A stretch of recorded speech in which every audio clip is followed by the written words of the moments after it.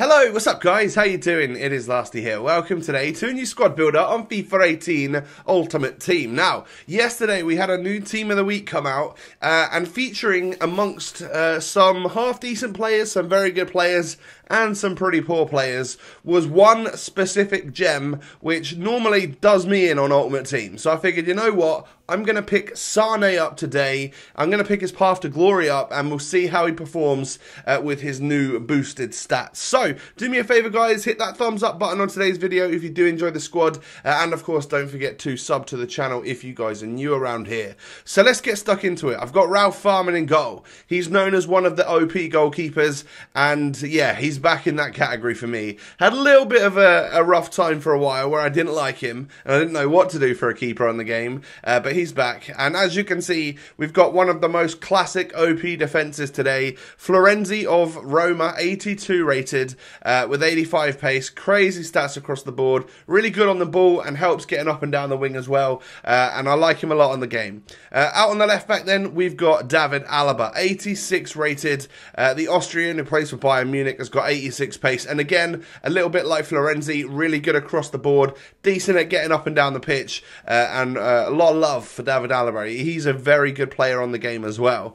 So, moving on to the two centre-backs, we've got probably one of my favourites. It's Jerome Boateng. I use him a lot. This is the untradeable one that I've had for quite a while now, and before that I had one with a lot of games on it before as well. So yeah, he's a seasoned veteran in my ultimate team, and he deserves to be as well because he's super solid.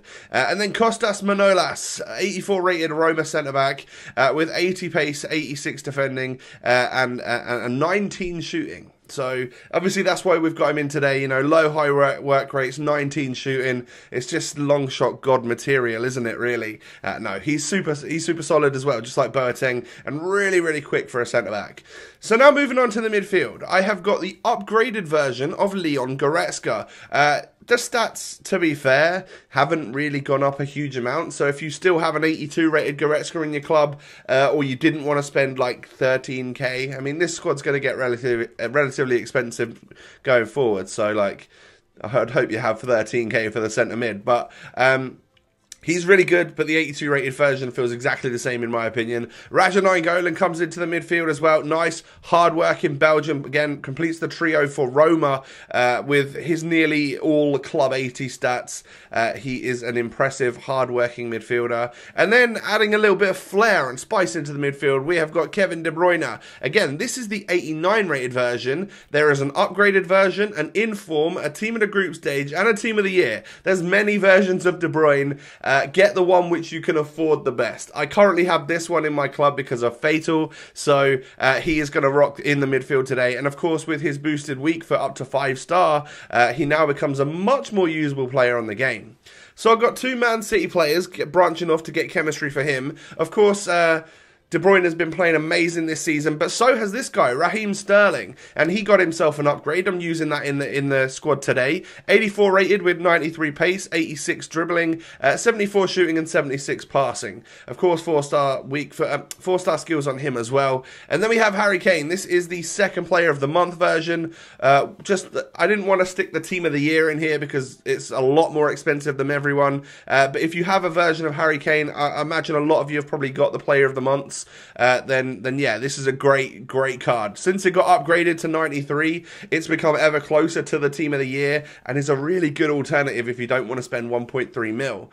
But this is what today's video is all about. It is Leroy Sané. He has finally got himself a tradable upgraded special card on this game because of course, yeah, he's got the 87 player of the month, but you can't buy that off the market, and it was so long ago that a lot of people missed out on it. But the 86 rated one has got 95 pace, 88 dribbling, and 83 shooting, and of course he's 6 foot tall. He's got that sort of afro haircut, so it makes him feel even taller in game. But yeah, I wanted to test him out today. Of course, he's a very popular player on the game anyway, so sticking him in when he's finally got this special card that a lot of people are going to want to go out and buy is definitely something I wanted to do. So it's a mix between the Bundesliga, the Premier League, and the Italian League today in what I would class as a super overpowered meta squad. That this team would do you well in if you didn't have huge amounts of coins in FUT Champions. Of course, you could switch out that to any Premier League striker, any icon striker, whatever you want to do.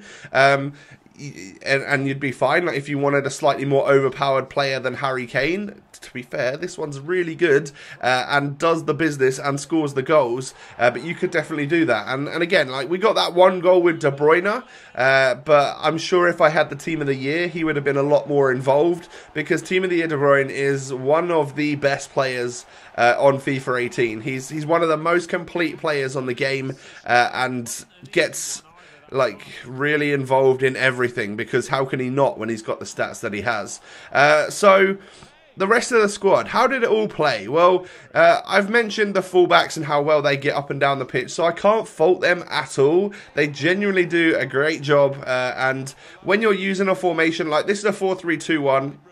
So it's relatively narrow, like it's not got really wide wingers, it's got forwards. They kind of act like other strikers. So to have Alaba, to have Florenzi managing to work their way up and down the pitch, they've got to have good stamina, because to be fair, they're doing a lot of the running for the team, and they do it well, you know. Also can't really complain about the goalkeeper or my two centre-backs today. Rock solid. Yeah, I'll concede goals, but that's just FIFA 18, right? And I am an average player, so no matter who I play against, they will probably run past my Boateng and Manolas at some point in time, because yeah, that just does happen. You'll see a lot of the games here. I will have conceded a goal. I might be losing in some of them, but I generally come away with the 3 points after a lot of these games, because the team itself was nicely well balanced and did pretty good. Sterling up in that right wing spot, I thought was going to be so very quiet, just because, well, I'm trying to get the goals with Sané because I wanted to test him out a lot, and a lot of the stuff is going to obviously fall to Harry Kane, because he is the main target man, the main out-and-out striker. But Sterling actually impressed me. Now, this was just the upgraded version. It wasn't an upgraded version of one of his 2 special items. So I didn't expect much from Sterling, but he definitely drags defenders out because of his pace and his dribbling ability. It leaves gaps which you can then feed that ball through, either play it back to Nainggolan, who can then play that assisting pass through, or you can just whip it through to Harry Kane, who's got 1 or 2 options. You know, one is to shoot, the other one is to then play it further across to Leroy Sané. And you'll notice that they do work very well together. And Kane just comes away with goals. So since they did upgrade him, his stats are actually really nice, and I think he's a great alternative if you did pick him up to the Team of the Year. Like, yeah, the Team of the Year is going to cost you a huge amount, but that goal right there is very similar to one that I scored in the last weekend league with Team of the Year, and I thought, oh, I only did that because it was the Totti version, right? But no, the shooting on this particular version as well is incredibly solid. So yeah, lots of good things to say about Harry Kane on the game. Like, he, for some reason, always just works for me. He may not be the most meta player on the game, but once he gets a few special items, his shooting becomes great. His hold-up play becomes brilliant because he's strong and he's got stamina and stuff. So, yeah, always going to be recommending him on this game. So, it was just unfortunate, of course, that Tottenham went out in the Champions League. I know a lot of people aren't massive Spurs fans, but being like a relatively neutral supporter, I guess, in the Prem, because my team is Ipswich in the Championship. Like, I want to see as many of the English teams go as far as possible in the Champions League, no doubt. So a little lapse for a couple minutes there and letting Juve score a couple of goals, really just that's the difference, isn't it? Which is nuts. But finally, we can start talking about this Leroy Sané now, and I will go into more detail over on the FUTWIZ channel tonight. I'll leave a link in the top right corner. I'll do a more in-depth player review on Leroy Sané for you guys that want to know a lot more about him and stuff before you purchase. But what I would say is that it took me a few games. It definitely took me a few games to get into the swing of things with this guy, because I don't know if it was because he was like one of only a couple of special items in the squad, so he really stood out on the squad screen or something, or how colourful the item itself is, being the path to glory.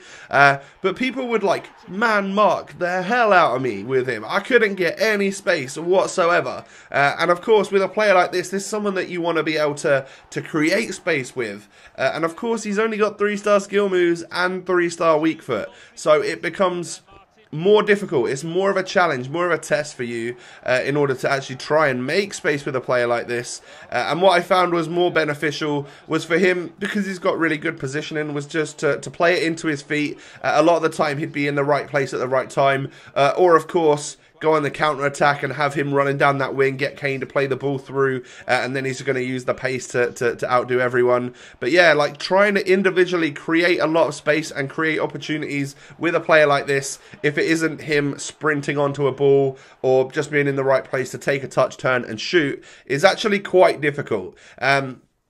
I noticed an upgrade from like the regular version of the card that I've used plenty of times. I have to say, yeah, he seems more clinical, shot power's better, positioning's better and stuff like that. But overall, just not as easy to use when he's only got 3-star skills and weak foot. But still, a superb squad, and Sané did do the business, getting loads and loads of goals for us. It just took me a little bit of time to get used to him. Do me a favour, guys, smash the thumbs up on this video if you have enjoyed the squad builder today. Don't forget to sub to the channel if you're new around here. Have a great day, most importantly, and I'll catch you next time. Peace.